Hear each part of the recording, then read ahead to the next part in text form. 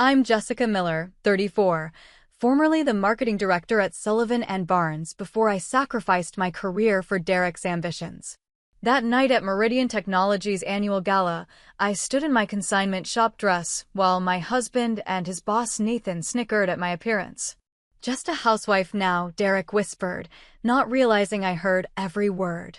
The humiliation burned through me like acid. I never imagined one whispered conversation would change everything. Before I continue my story, let me know where you're watching from in the comments and hit that subscribe button to join me on this journey of reclaiming self-worth. 6 years ago, my life looked completely different. I was Jessica Miller, marketing executive at Sullivan & Barnes, one of the top marketing firms in Chicago. My days were filled with client pitches, campaign strategies, and the exhilarating rush of closing major deals. I had worked my way up from entry-level over 8 years, building a reputation for innovative approaches that delivered results. My Luminance Beauty campaign had even won the prestigious Markham Award, and industry publications occasionally featured my strategies as case studies. My world changed at the National Marketing Conference in Atlanta. I was presenting our successful rebranding strategy for a major tech company when I noticed a tall, handsome man in the audience who seemed genuinely engaged with my presentation. Derek Carter approached me afterward, complimenting not just my delivery, but asking insightful questions about the methodology behind our success metrics. "Your approach to consumer engagement is fascinating," he said, his blue eyes focused intently on mine. "Would you be interested in discussing it further over dinner?" Our first date lasted 4 hours. Derek was the director of sales at Meridian Technologies, ambitious and charming.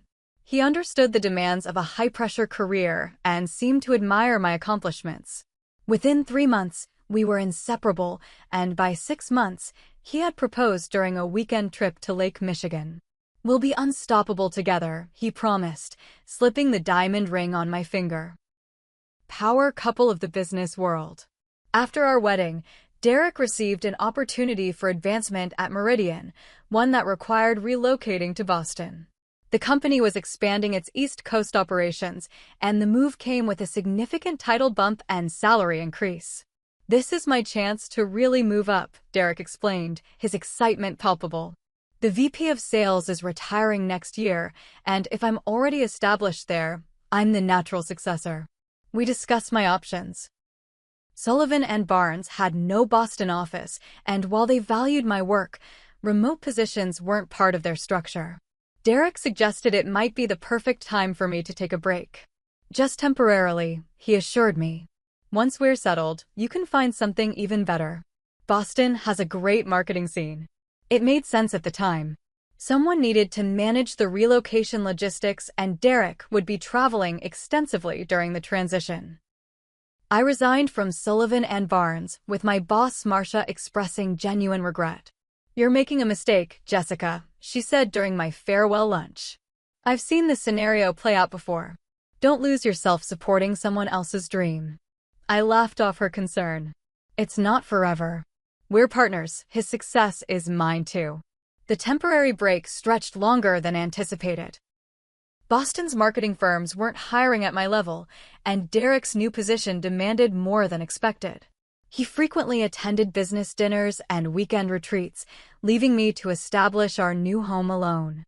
"Your support makes all this possible," Derek would say, kissing me goodbye before another business trip. "I couldn't do this without you." I threw myself into creating the perfect home environment.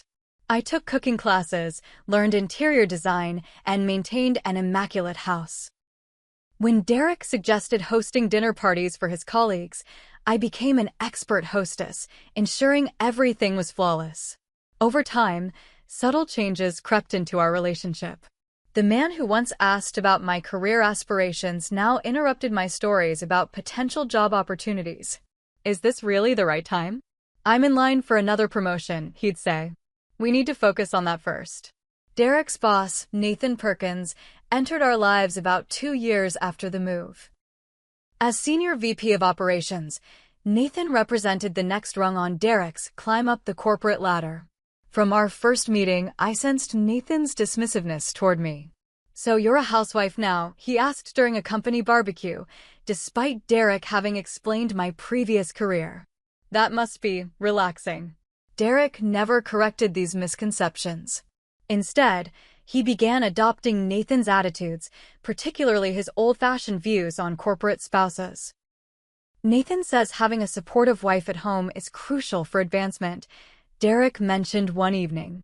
He thinks executives with stay-at-home wives progress faster because they can focus completely on work. My attempts to network independently or mention returning to marketing were increasingly met with resistance.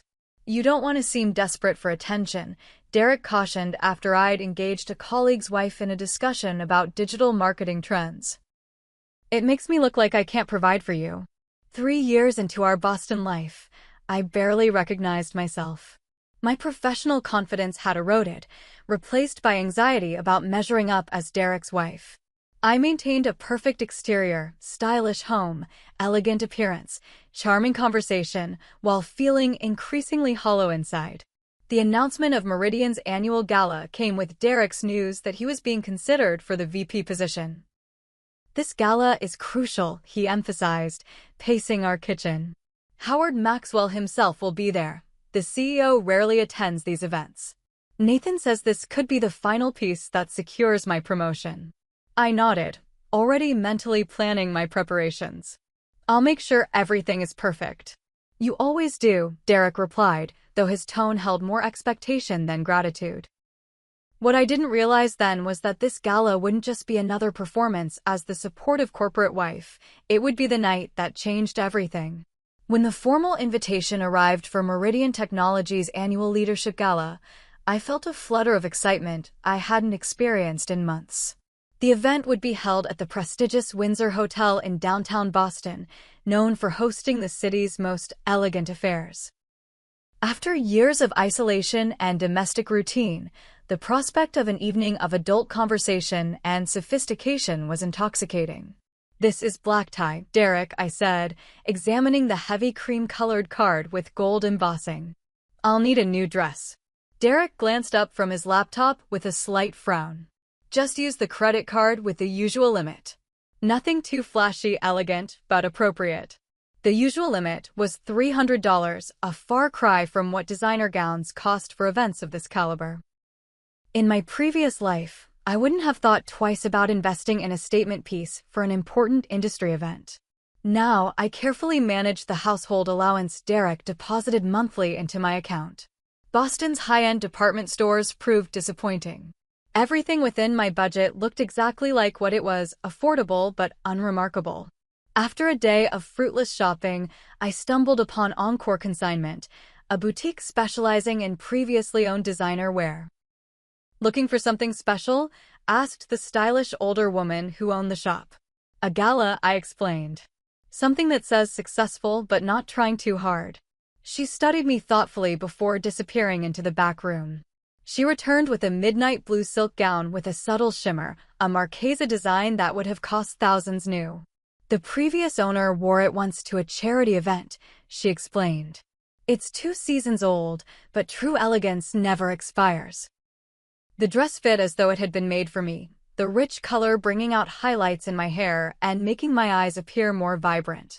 At $275, it took almost my entire budget, but when I looked in the mirror, I saw glimpses of the confident woman I used to be. The week before the gala, I scheduled everything meticulously: hair appointment, manicure, facial. I researched current events and industry news so I could engage intelligently in conversations. I even practiced small talk in front of the mirror, dismayed at how rusty my social skills had become. The day of the gala arrived with unexpected tensions. Derek had been distant all week, preoccupied with preparation meetings with Nathan. As I laid out his tuxedo and began my own preparations, his impatience became increasingly evident. "Do you really need 3 hours to get ready?" he asked, checking his watch repeatedly. "I want to look perfect for you," I replied, applying my foundation with careful precision.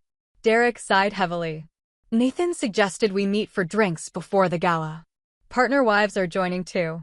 "You didn't mention that before. When do we need to leave?" "About an hour ago," he said, the edge in his voice unmistakable. I hurried through my remaining preparations, my hands slightly shaking as I applied my mascara and secured my hair in an elegant updo. When I finally emerged in my midnight blue gown, I paused in the doorway, hoping for the appreciative look Derek used to give me early in our marriage. He barely glanced up from his phone. Finally, "Is that from a consignment shop?" The question stung. "How did you know?" "The design is from 2 years ago. Victoria mentioned she almost bought it herself." Victoria was Nathan's wife, a woman who spent more on monthly spa treatments than my entire clothing budget. "It's Marchesa," I said defensively. "It's classic." Derek shrugged. "Whatever. We're already late." The drive to the Windsor was tense, filled with Derek's last-minute coaching. Remember, Howard Maxwell values loyalty above everything. Don't mention your past work experiences. It makes you sound like you're dwelling on the past. "I thought my marketing background might be interesting, Jessica," Derek interrupted. "Nobody wants to hear about campaigns you ran 4 years ago. It makes you sound desperate to seem relevant." Each word was a small cut, but I maintained my composed smile. "Of course. I'll follow your lead." The Windsor Hotel's grand ballroom had been transformed into a glittering wonderland of crystal and silver. Chandeliers cast a warm glow over ice sculptures and elaborate floral arrangements. A string quartet played softly in the corner, providing elegant background music to the hum of conversation. As we entered, I straightened my posture and put on my most confident smile, a muscle memory from my professional days. Derek immediately began scanning the room for Nathan. "There he is," Derek murmured, guiding me with a firm hand on my lower back. "Remember, Victoria is very particular about etiquette. She's connected to Boston's old money." Nathan Perkins stood near the bar, a glass of scotch in hand. Beside him, Victoria Perkins wore a striking red gown that I immediately recognized as current season Valentino. Her diamond necklace alone probably cost more than my car. "Derek, we thought you'd abandoned us," Nathan called out, his voice jovial but with an undertone of reproach. "Sorry we're late." "You know how it is," Derek replied with a meaningful glance in my direction. Victoria's eyes traveled over my dress with the practiced assessment of someone determining exact value. "Jessica, darling, that blue is nostalgic. Marchesa 2019, isn't it? Bold choice to go vintage." I forced a smile. "Good eye. I believe in sustainable fashion." Victoria's laugh tinkled like ice in a glass. "How resourceful of you." As the evening began, I tried to recapture my excitement. The venue was stunning, the food promised to be exquisite, and surely among all these people, I could find interesting conversation. For a moment, as we moved through the crowd with Derek introducing me to colleagues, I felt a whisper of my old social confidence returning. "Jessica used to be in marketing," Derek would say as an introduction, always in past tense, always minimizing. Yet with each introduction, I smiled genuinely and engaged as best I could, hoping this night might mark a return to the world I'd left behind. I couldn't have imagined how prophetic that hope would prove to be, though not in the way I expected. After the initial round of introductions, Derek was pulled into a conversation with several executives from the sales department. I found myself standing beside Victoria Perkins at the edge of the ballroom, both of us holding flutes of champagne and observing the room. "So," Victoria began, her voice dripping with practiced sweetness, "how do you fill your days now that you're not working?" "I imagine it must be quite quiet." "I keep busy," I replied, maintaining my smile. "I've been taking some online courses in digital marketing to stay current with industry trends." Victoria raised a perfectly shaped eyebrow. "How ambitious." Though I've always found that women who try to balance too much end up excelling at nothing. I embraced my role as Nathan's wife years ago. His success is my success. Of course, I nodded politely. Though I believe partnerships can take many forms. Theoretically, perhaps, Victoria smiled tightly. But the men in the C-suite have certain expectations of their wives. Traditional values still reign in successful marriages. Before I could respond, 2 more executive wives joined our circle and Victoria smoothly shifted to discussing the upcoming charity gala she was chairing. I stood quietly, sipping my champagne, increasingly aware of my outsider status in this carefully curated world of corporate spouses.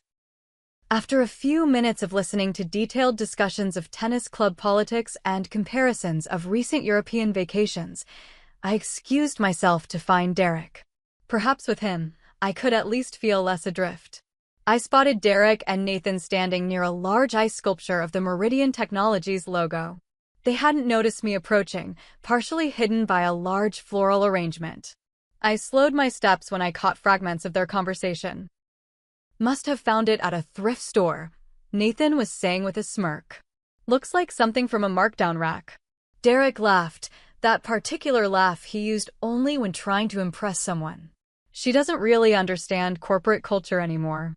Been out of the game too long." I froze, the realization washing over me like ice water. They were talking about me, about my dress. "At least she's decorative enough," Nathan continued, swirling his scotch. Though Victoria mentioned she tried discussing some marketing nonsense earlier. Just a housewife who couldn't cut it in the real world, pretending she still understands business. My husband, the man who had once admired my professional accomplishments, nodded in agreement. Sometimes I have to remind her that her job is to make me look good, not try to impress people with outdated industry knowledge. "Women like that don't understand their value is in supporting us, not competing with us," Nathan added. "You did the right thing getting her to quit. No man wants to come home to a wife who thinks she's a CEO." The two men chuckled, and Derek raised his glass in agreement. "To supportive wives who know their place." I stood motionless, blood rushing in my ears. Every insecurity I'd developed over the past 3 years crystallized in that moment. The careful facade I'd maintained, that this was a mutual decision, that we were partners, shattered completely. My face flushed hot with humiliation, then cold with shock. I must have made some small sound, because Derek turned and saw me. For a split second, his expression revealed guilt before quickly rearranging into casual nonchalance. "Jessica, there you are. We were just discussing how these events have changed over the years." The blatant lie made my stomach turn. Nathan didn't even have the decency to look embarrassed, instead giving me a patronizing smile. "Your husband was telling me about your cooking skills. Apparently, you make a remarkable pot roast." My culinary abilities. That's what Derek chose to highlight about me to his boss, not my education, not my former career accomplishments, but my pot roast. "I need some air," I managed to say, my voice sounding distant to my own ears. I turned and walked as steadily as I could toward the ladies' room, feeling Derek's and Nathan's eyes on my back.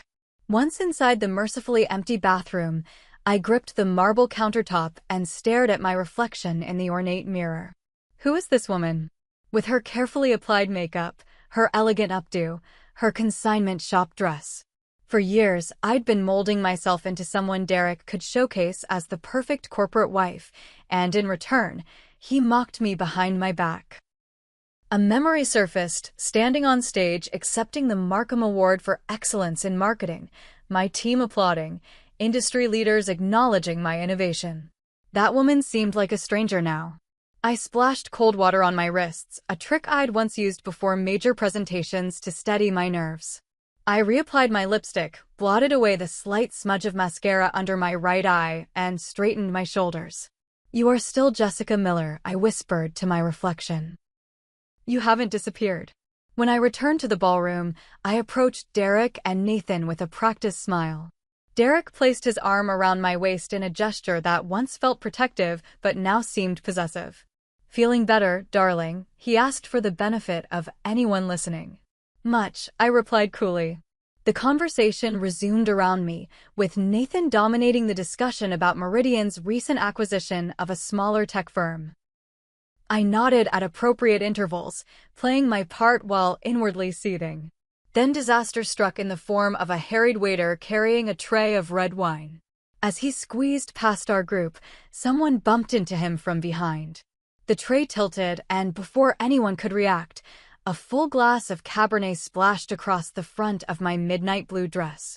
"Oh," I gasped, more from shock than anything else. The waiter was mortified. "Ma'am, I'm so terribly sorry. Please, let me get some club soda." Nathan cut him off. Young man, do you have any idea how much that dress cost? The irony of Nathan suddenly pretending my thrift store dress was valuable might have been amusing under different circumstances. It's fine, I said to the flustered waiter. Accidents happen. But as the young man hurried away to find something to help clean the stain, I caught the exchange of glances between Derek and Nathan, the barely suppressed amusement, the slight curl of their lips. Behind them, Victoria watched with a familiar expression of disguised delight at my misfortune. Such a shame about your lovely vintage dress, she said, her sympathy as artificial as her eyelashes. Perhaps it's a sign that some things are better left in the past. The double meaning wasn't lost on me. I stood there, champagne in one hand, a cocktail napkin ineffectually dabbing at the spreading stain with the other, surrounded by people who saw me as nothing more than an accessory. And a flawed one at that. In that moment, something hardened inside me. The humiliation crystallized into anger, not the hot, reactive kind, but something colder and more focused. I excused myself once more, but this time, it wasn't to retreat and lick my wounds. This time, I was strategizing. With the red wine stains spreading across the front of my dress, I made my way to a relatively quiet corner of the ballroom. The catering staff had directed me to a small service area where they kept emergency supplies. A kind-hearted server named Mia helped me apply club soda and salt to the stain, which minimized but didn't eliminate it. It's still a beautiful dress, Mia offered sympathetically. And honestly, you carry yourself so well most people won't even notice. I thanked her, appreciating the small kindness after the cutting remarks I'd endured. After she returned to her duties, I took a moment to gather myself in the relative quiet. I decided to remain in this less trafficked area of the ballroom for a few minutes, using the time to rebuild my composure and decide how to approach the remainder of this excruciating evening. From my vantage point, I could observe the room without being immediately visible. Derek and Nathan had moved to the bar, still engrossed in conversation, occasionally laughing in that particular way men do when they're bonding over shared superiority. Victoria had joined a circle of other executive wives, likely discussing their next charity luncheon or comparing vacation homes. I was so absorbed in my observations that I didn't immediately notice the older gentleman who had approached until he spoke. Forgive me for being forward, but aren't you Jessica Miller from Sullivan and Barnes? I turned, surprised to hear my maiden name and former company. The man before me was in his mid-60s, distinguished-looking with silver hair and intelligent eyes behind designer glasses. He wore his tuxedo with the ease of someone accustomed to formal attire. I confirmed, automatically extending my hand. Though it's Jessica Carter now. I'm sorry, have we met? Howard Maxwell, he introduced himself, shaking my hand firmly. We haven't been formally introduced, but I attended your presentation on integrated digital marketing strategies at the Chicago conference 3 years ago. Your work on the Luminance campaign was remarkable. Howard Maxwell, the CEO of Meridian Technologies. The man Derek had been so anxious to impress. And he remembered my professional work. That's very kind of you to remember, I said, genuinely touched that someone of his stature would recall my presentation from years ago. Impossible to forget, he replied. Your approach to cross-platform integration was ahead of its time. The industry has only recently caught up to what you were implementing then. For the first time that evening, I felt myself engaging in a genuine conversation rather than performing a role. Howard asked insightful questions about my previous work, and I found myself articulating ideas and perspectives I hadn't expressed in years. So, what brought you from Sullivan and Barnes to Boston? He inquired. I'm surprised they let talent like yours go. The question was innocent but landed heavily. I hesitated, unsure how to respond without either lying or speaking poorly of Derek to his CEO. My husband Derek received an opportunity with Meridian that required relocation, I explained carefully. It seemed like the right decision for us at the time. Howard's expression was thoughtful. Derek Carter? From operations? Yes, though he's in line for the VP of sales position now. Something flickered in Howard's eyes, surprise, perhaps, or reassessment. And you haven't pursued marketing opportunities here in Boston? Again, I measured my response. The timing hasn't been quite right yet. Howard seemed to read between the lines. His gaze drifted briefly to where Derek and Nathan stood, then back to me. A shame for the industry to lose someone with your insights. Especially now, when the landscape is changing so rapidly. Our conversation shifted to current marketing trends, and I found myself analyzing the effectiveness of various digital strategies that had emerged since I'd left the field. Despite my years away, I'd kept up with industry developments through online courses and marketing publications. You know, Howard said after listening to my assessment of influencer marketing's evolution, we're actually embarking on a major rebranding initiative at Meridian. Our current marketing approach is... He paused, choosing his words diplomatically, not yielding the results we'd hoped for. I noticed your recent campaign focusing on technological innovation, I ventured. It's well produced, but it looks like every other tech company's advertising, Howard finished with a knowing smile. Exactly the problem. We're getting lost in the noise. The conversation flowed easily as Howard described Meridian's current challenges. I found myself offering perspectives and potential approaches, drawing on both my past experience and current knowledge. What we need is someone who understands both traditional marketing fundamentals and today's digital landscape, Howard said thoughtfully.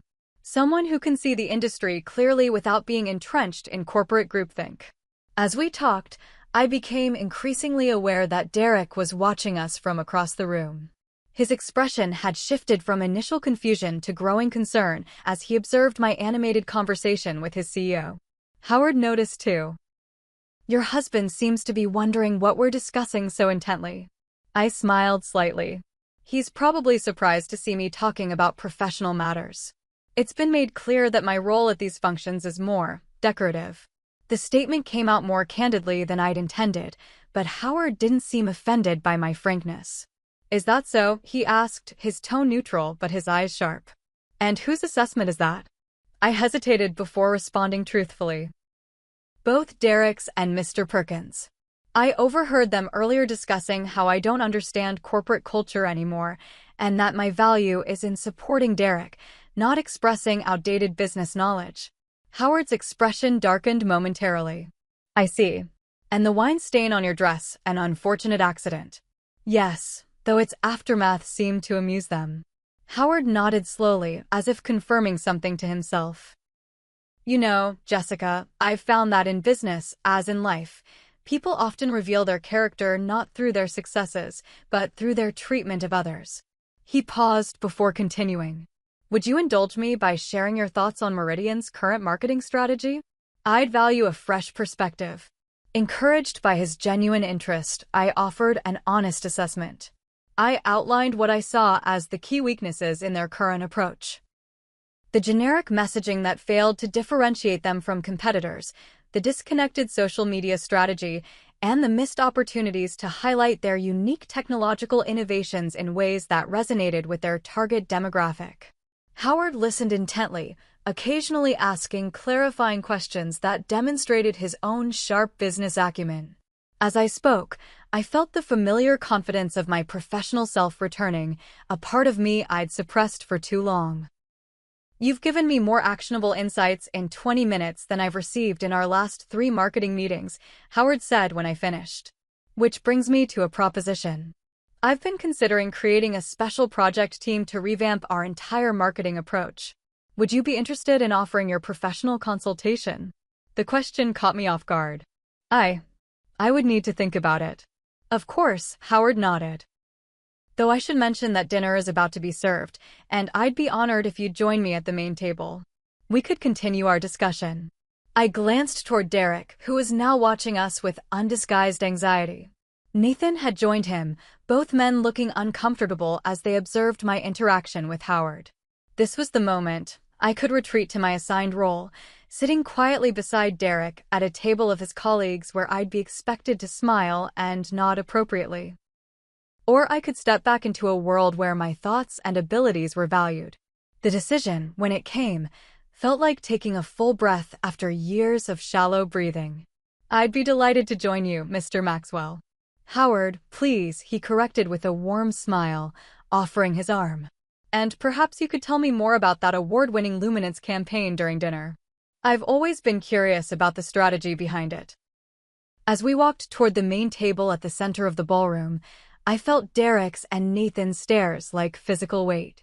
But for the first time in years, I walked with the confidence of a woman who remembered her own worth. The main table at a corporate gala sends a clear message about hierarchy and favor. Positioned on a slightly raised platform at the center of the ballroom, it offered the best view of the evening's presentations and, more importantly, put its occupants on display for everyone else to observe. As Howard Maxwell guided me toward this power center, the subtle shift in the room's energy was palpable. Conversations paused momentarily as people noticed the CEO escorting me, a wine-stained, previously invisible corporate wife, to the place of honor. The table was already partially filled with Meridian's most senior executives and their spouses, who looked up with polite curiosity as we approached. "Good evening, everyone," Howard greeted them. "I'd like to introduce Jessica Carter, who's going to join us for dinner.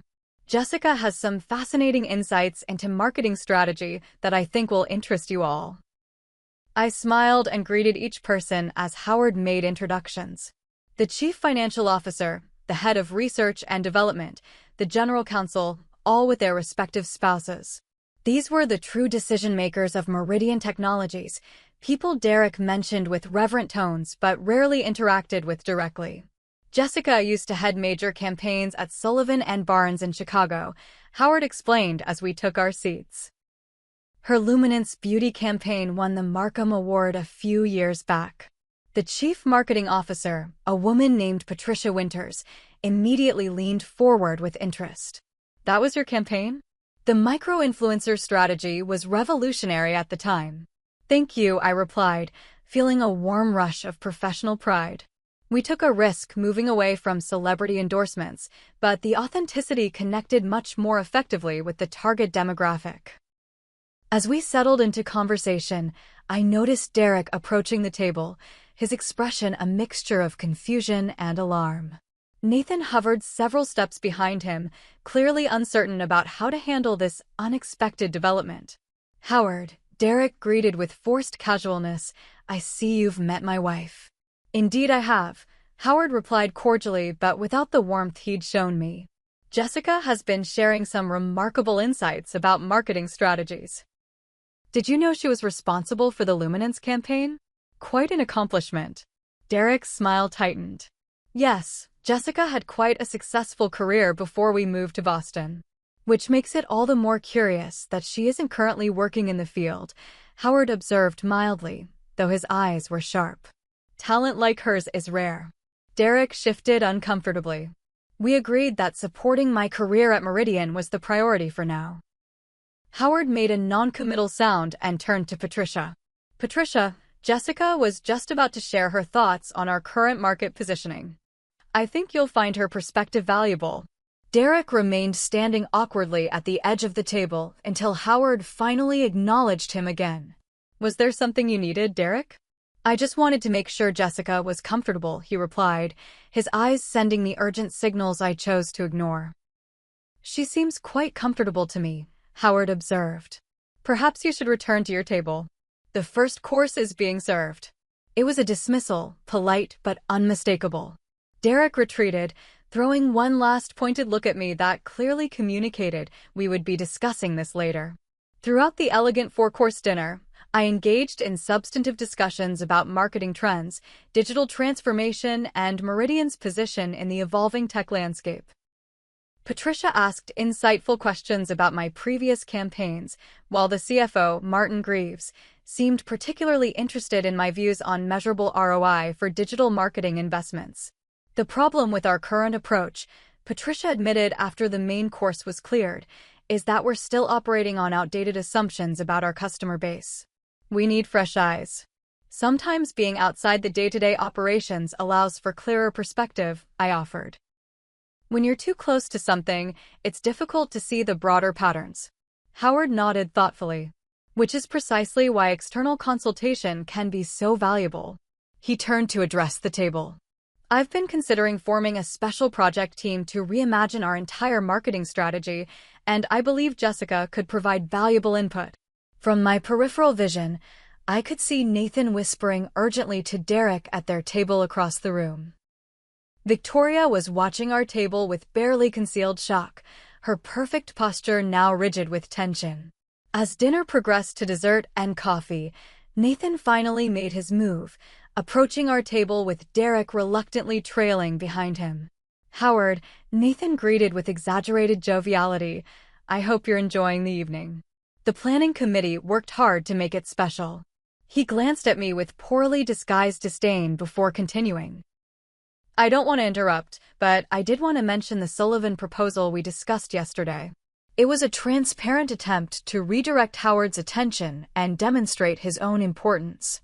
Howard's response was coolly professional. "Yes, Nathan, I recall our discussion. We can address it on Monday during the executive meeting." Nathan persisted. "I thought you might want to review some of the preliminary numbers tonight. Derek has been instrumental in developing the projections."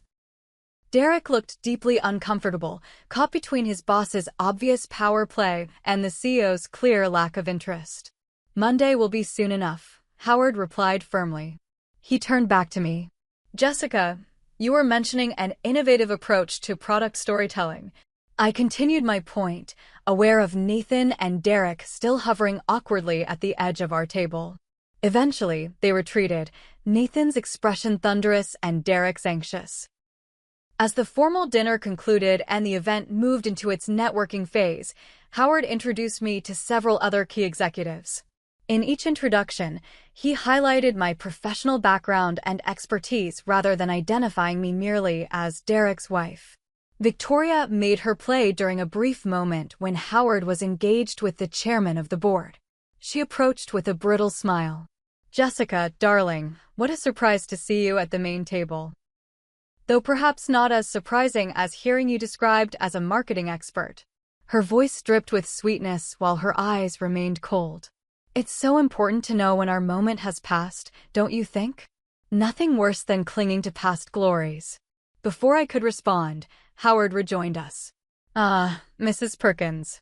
I was just telling the chairman about Jessica's brilliant analysis of our current market positioning. Her observation about our ineffective demographic targeting was particularly astute." Victoria's smile froze. "How interesting. Nathan always says marketing is more art than science, easily influenced by passing trends. Perhaps that explains our recent underperformance," Howard replied evenly. "A more data-driven approach might serve us better." He turned to me. "Jessica, would you be available to continue our discussion in my office next week? I'm particularly interested in your thoughts on our digital strategy moving forward." In full hearing of Victoria, Howard Maxwell, CEO of Meridian Technologies, was openly requesting my professional input.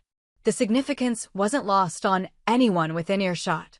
"I'd be happy to," I replied, maintaining my composure despite the surge of vindication I felt. As the evening drew to a close, Howard shook my hand with genuine warmth. "This has been the most productive gala I've attended in years. I look forward to our meeting, shall we say Tuesday at 10 a.m. Tuesday would be perfect, I confirmed. When I finally rejoined Derek for our departure, the tension between us was electric.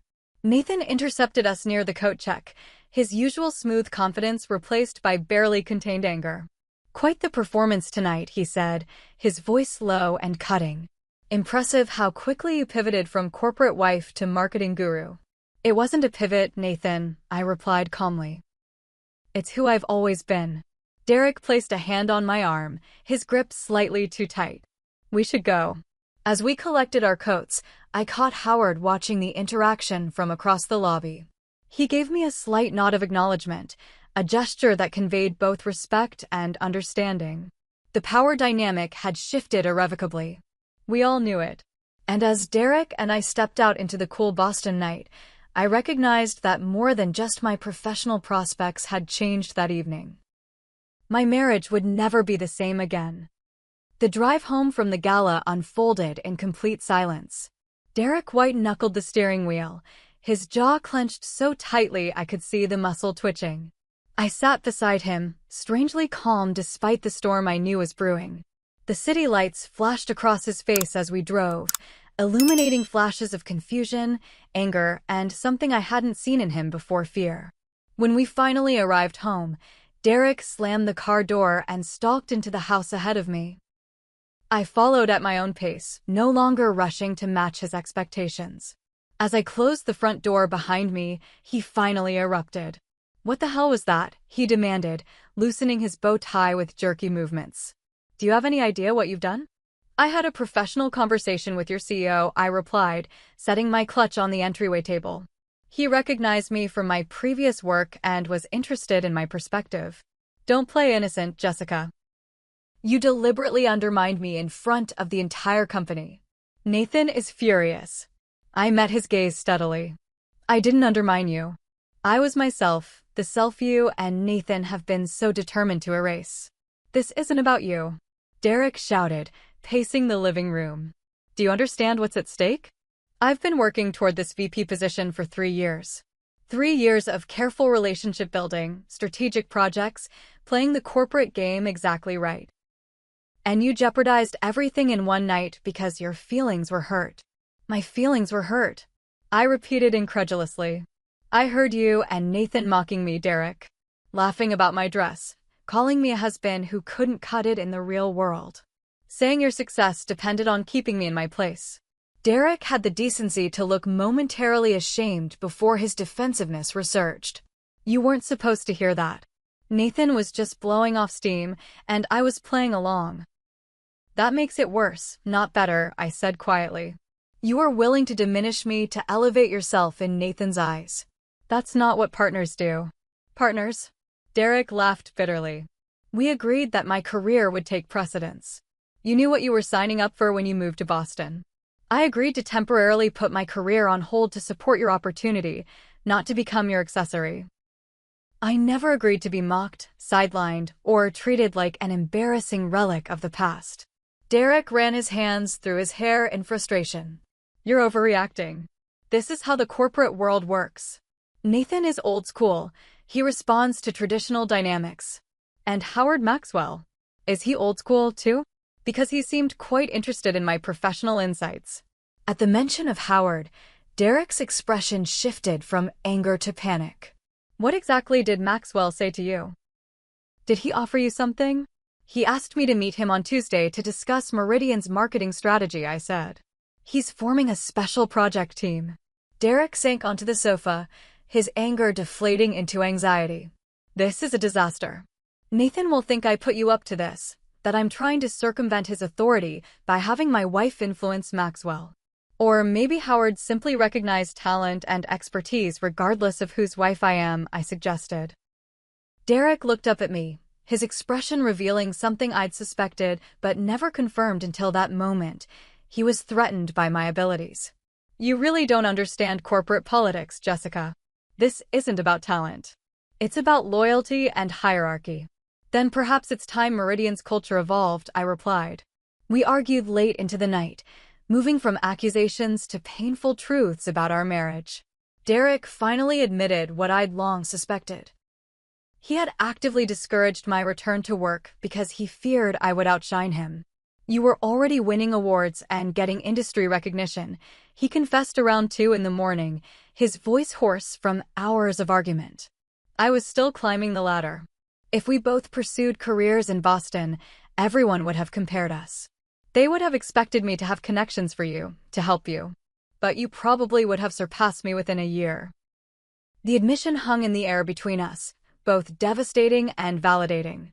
"So instead of being proud of having a successful wife, you decided to eliminate the competition," I said softly.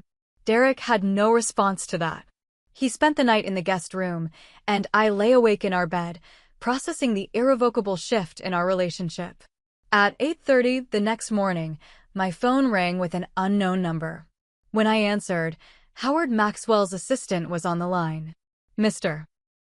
Maxwell would like to move your meeting to tomorrow morning if that's convenient for you," she explained. "He's quite eager to continue your discussion." I agreed to the earlier meeting, and within minutes of ending the call, my phone lit up with a text from Derek. "Maxwell just called Nathan. Emergency executive meeting this morning." "What did you do?" I didn't respond. Whatever was happening at Meridian today, I would learn the details soon enough. Derek didn't return home that evening. Around 9 o'clock, he texted that he was staying at a hotel to think things through. The subtext was clear: he was avoiding facing me before learning the outcome of my meeting with Howard.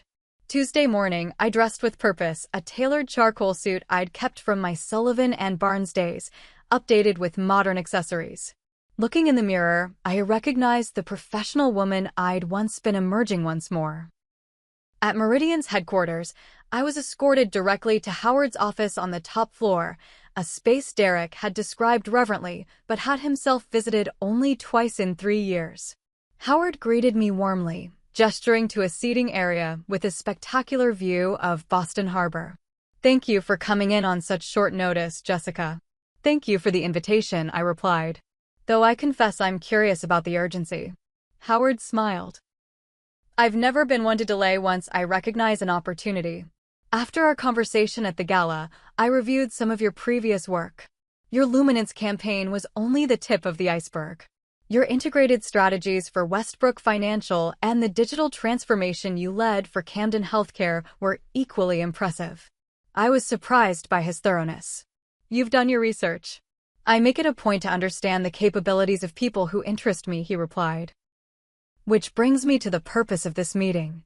I'd like to offer you a position at Meridian Technologies as our new Director of Marketing." The directness of the offer caught me off guard. "That's unexpected." "Is it?" Howard asked. "You demonstrated more strategic insight in one dinner conversation than our current marketing team has provided in the past year. We're undergoing a critical transition period as we expand into new markets. We need fresh thinking." "I appreciate your confidence," I said carefully, "but I should mention that my husband is one of our sales managers." "Yes," Howard finished for me. "I don't see that as relevant to your qualifications for this position." "Unless you do." The question was pointed. Howard was offering me not just a job, but a clear statement about my independent value. "No," I decided. "I don't see it as relevant either." We spent the next hour discussing specifics. Salary, considerably higher than what I'd earned at Sullivan and Barnes, responsibilities, and Howard's vision for Meridian's marketing direction. By the time I left his office with a formal offer letter, my head was spinning with the suddenness of the opportunity. As I waited for the elevator, I received a text from Derek. "Nathan's been reassigned to regional operations. Effective immediately." "What's going on?" I didn't have time to respond before the elevator doors opened, revealing Nathan himself. His face darkened when he saw me. "Congratulations," he said bitterly. "You managed to torpedo 2 careers in 1 weekend. Hope you're satisfied." "I didn't torpedo anyone's career, Nathan," I replied calmly. "I simply had a conversation about marketing strategy." "Right," he scoffed. "And now I'm being shipped off to oversee Midwest operations while Maxwell restructures the entire executive team." Quite a coincidence. The elevator arrived at the lobby, and as I stepped out, Nathan called after me, "Derek will never forgive you for this. Men don't want wives who undermine them." I turned back, meeting his gaze directly. "Then perhaps he'll need to decide what's more important, his fragile ego or a true partnership." Over the following weeks, Meridian Technologies underwent a significant reorganization. Nathan's demotion to regional operations was just the beginning. The marketing department was completely restructured under my leadership, with Patricia Winters becoming my deputy and closest ally. Derek remained in his sales manager position, neither promoted nor demoted, existing in a professional limbo. He finally returned home after 3 days at the hotel, his initial anger having evolved into a wary resignation. "Howard says you're revamping the entire marketing strategy," he said one evening, attempting casual conversation over dinner. "We're aligning our messaging with actual customer needs rather than what we think they should care about," I confirmed. "Initial testing shows promising results." Derek nodded awkwardly. "People are treating me differently now. The same executives who barely acknowledged me before suddenly know my name." "Because they know mine," I said simply. The truth hung between us, his status now derived partially from his connection to me, a complete reversal of our previous dynamic. Some of his colleagues were openly resentful, while others adjusted to the new reality with professional pragmatism. Victoria Perkins made a calculated attempt to repair our relationship, inviting me to lunch with transparent insincerity. "We really should become better acquainted now that you've joined the Meridian family properly," she suggested with a practiced smile. "I think we're already well acquainted, Victoria," I declined politely. "But I appreciate the gesture." My first major presentation to the executive team came 3 months after joining Meridian. I outlined a comprehensive rebranding strategy that incorporated digital innovation while emphasizing the human impact of Meridian's technology, a departure from the industry's typical technical focus. Howard sat at the head of the conference table, nodding appreciatively as I concluded. "This is exactly the fresh perspective we needed," he announced to the room. "Jessica, I'd like you to lead the implementation team personally." As the executives filed out after the meeting, Derek waited by the door. We had been living in an uneasy truce, sleeping in separate bedrooms while attempting to have civil conversations about our future.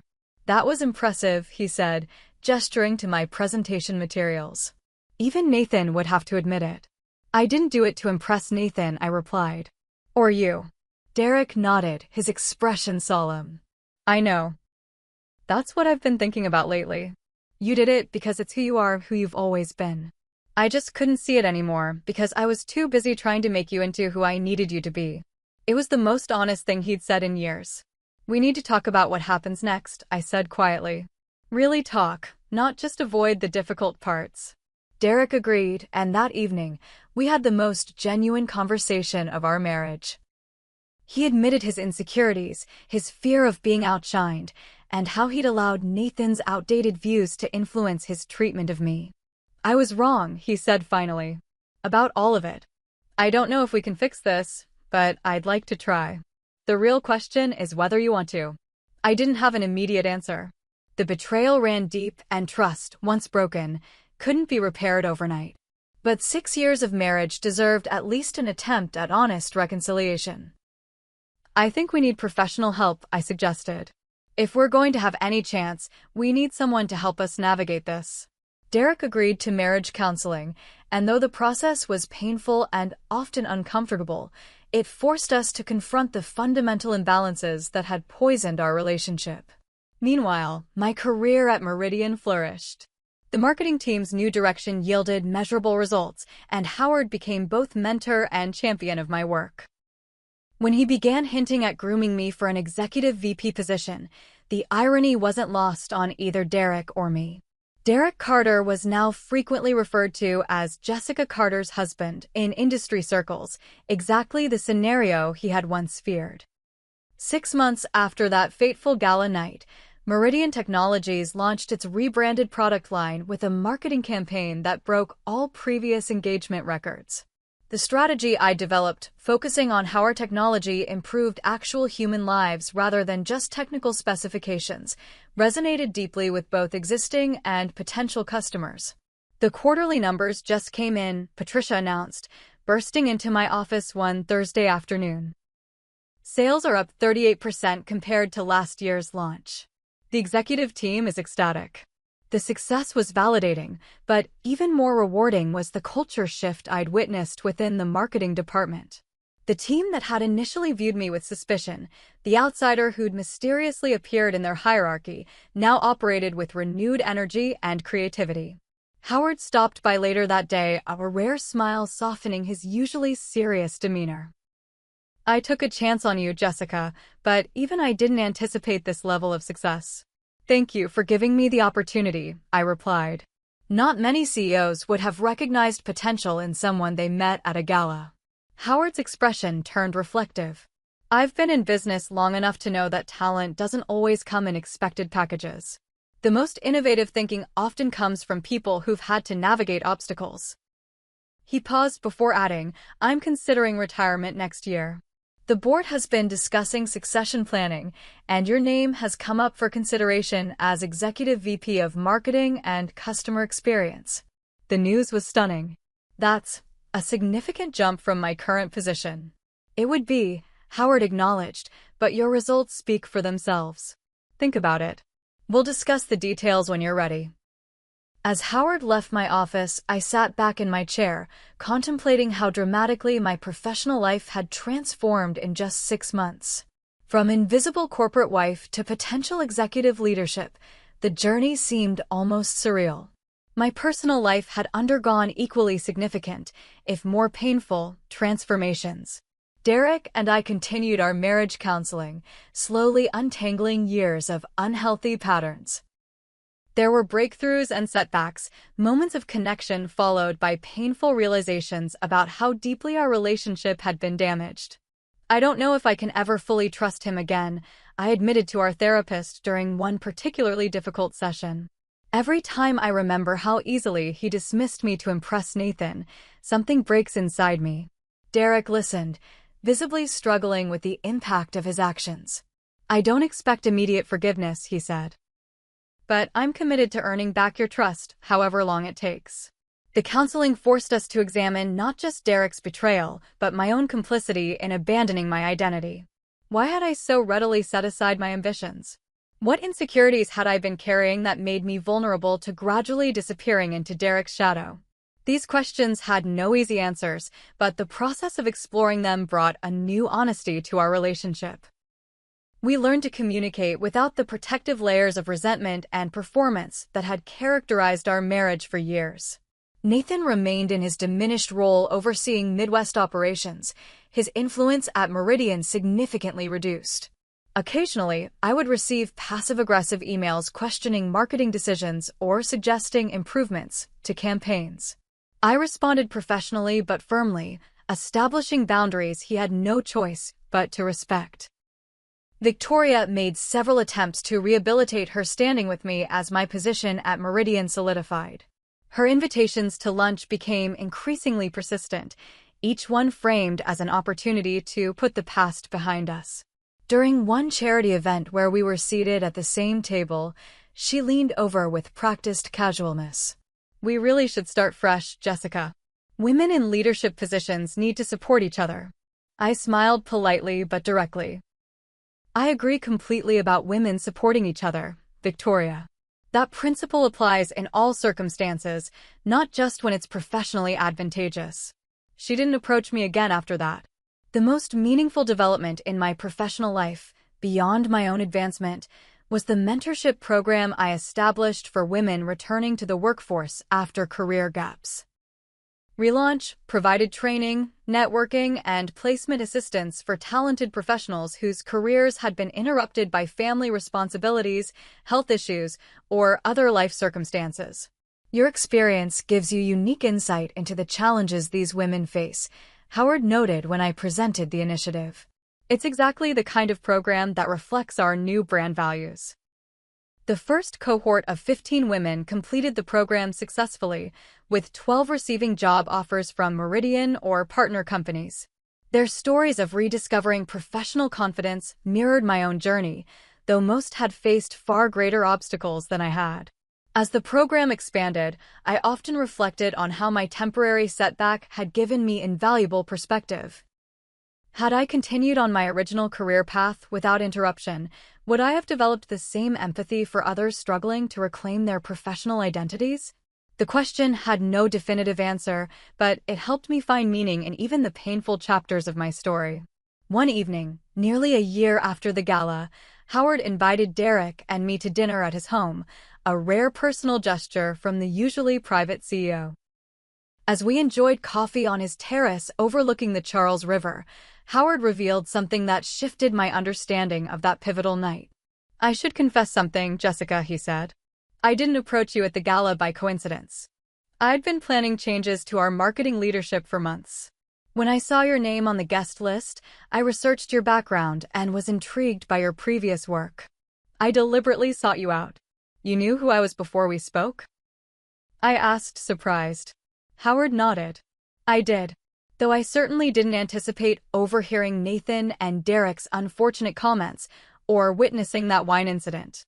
Those revealed character in a way my planned conversation never could have." Derek shifted uncomfortably beside me, the reminder of his behavior still a source of shame. "Why tell me this now?" I asked. Because as I prepare to step back from day-to-day operations, I want you to understand something important, Howard replied. Opportunities rarely arise purely by chance. Usually, someone has recognized your potential before you've fully seen it yourself. Your responsibility is to be prepared when those moments arrive and to create similar opportunities for others when you're in a position to do so. As we drove home that night, Derek was unusually quiet. Finally, he spoke. It's ironic, isn't it? I was so worried about being known as Jessica's husband, and now that's exactly what's happened. But it doesn't feel like I feared it would. How does it feel? I asked. He considered the question carefully. Humbling, but also freeing in a way. I've been so focused on climbing the corporate ladder that I never questioned whether I was on the right ladder to begin with. Derek had recently begun exploring opportunities outside of Meridian, possibly even outside of sales entirely. Our counselor suggested this might be healthy, allowing him to build an identity separate from both Nathan's influence and my rising career. Our marriage continued to evolve, neither fully healed nor beyond saving. We had honest conversations about what true partnership meant, supporting each other's growth rather than competing or constraining. Some days brought genuine connection. Others reminded us of the damage we were still working to repair. What had become clear, however, was that I would never again surrender my identity, my ambitions, or my voice to preserve someone else's comfort. That lesson, painful as it was to learn, had transformed not just my career, but my fundamental understanding of self-worth. As I sit in my office today, preparing for tomorrow's executive leadership meeting where I'll present my vision for Meridian's future, I'm reminded of how easily our light can be dimmed when we allow others to define our value. The journey back to myself wasn't straightforward, and it isn't complete. But each day brings new opportunities to stand firmly in my truth and create space for others to do the same. Sometimes a single moment of courage, one decision to speak up, to claim your worth, to refuse further diminishment, can alter the entire trajectory of your life. For me, that moment came in a midnight blue dress with a wine stain, standing in the corner of a ballroom where I'd been humiliated but refused to be broken. If you're watching this and questioning your worth or feeling invisible in your own life, remember, sometimes the people who try to diminish you are the ones who fear your light the most. And that light, your unique capabilities, perspective, and power doesn't disappear when others fail to acknowledge it. It waits patiently for you to reclaim it. I'd love to hear your stories of reclaiming your worth in the comments below. Was there a moment when you realized you'd been dimming your light for someone else's comfort? How did you find your way back to yourself? Like this video if my story resonated with you.